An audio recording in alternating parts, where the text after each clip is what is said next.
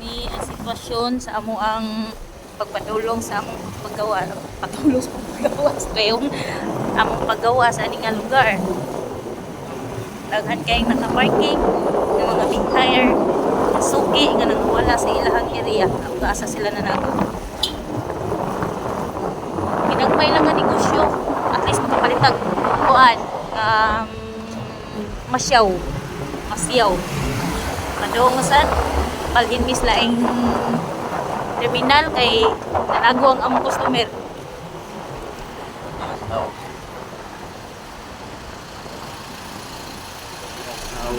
Ha?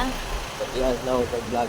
Gipatian sa naong sa kuan sa naningil.